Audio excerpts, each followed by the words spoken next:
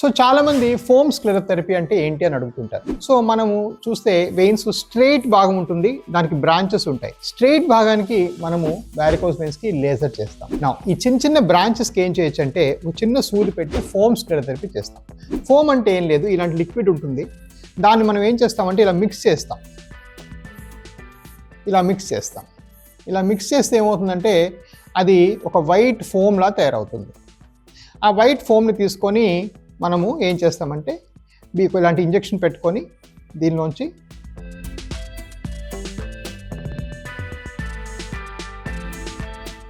ఇది మీ చిన్న వెయిన్స్లోకి, కుట్టి వెయిన్స్లోకి ఇవి ఇంజెక్ట్ చేస్తే ఆ వెయిన్స్ ఆటోమేటిక్గా క్లోజ్ అయిపోతాయి. ఇది కంప్లీట్లీ పెయిన్లెస్ ప్రొసీజర్, జస్ట్ ఆ ఇంజెక్షన్ పెయిన్ మాత్రమే ఉంటుంది.